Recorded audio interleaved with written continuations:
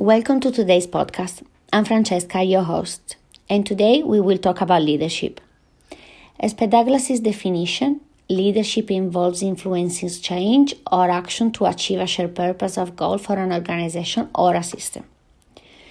Different workplace settings follow different rules, and today we will focus on early childhood education. The particularity of our sector is that leadership is seen in different functions, both administrative and practice.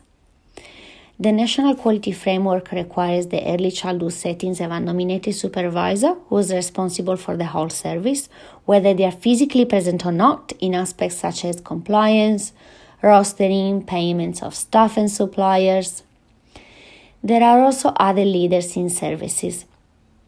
For example, there are responsible persons who are responsible for the day-to-day running of the service in absence of the nominated supervisor and an appointed educational leader, as in Quality Area 7 of the National Quality Standards. The educational leader is responsible to guide practices at the service.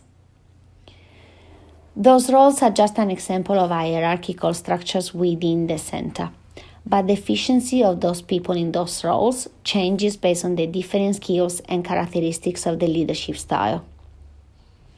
The more efficient leaders are people who listen to others and are able to share the knowledge and experience with the intention to better them.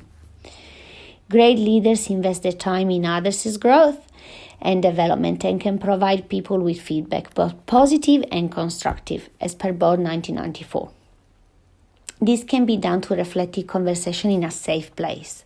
They adapt the way they deliver important information to better suit the person they are talking to, making them effective communicators.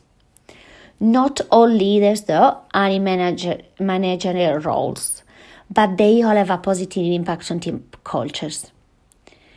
I am myself in my leadership journey, and I know I'm very clear in the company objective, but also my team's needs, and I try to combine the two of them. I strongly advocate with my direct line manager for my fellow educators, whether they are struggling with time management or the company expectation has become very hard to meet for some, or they feel that they need more support or are not feeling heard enough. I voice all those concerns and I often suggest strategies to support them. At the same time, I take my role and responsibilities seriously, and I want to achieve great results for all the children in my care. So I invest much of my time and energy reflecting on my practice and investigating ways to run a productive team. The quality of leadership inevitably reflects on the care provided. The model leadership team recognizes the individuality of the team members employed, the more the team is open to see the uniqueness of children and family and better cater for their needs. Furthermore, when staff are empowered to use their strengths at work, the more holistic care can be offered and they feel empowered to advocate for themselves and become activists for our sector and its improvement.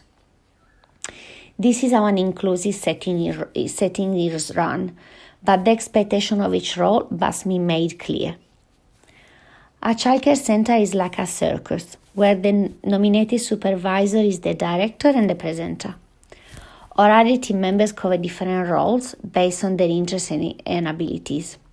Tiger trainers, clown, contortionists, and so on are all important, but they all cover different roles. The audience is the stakeholders.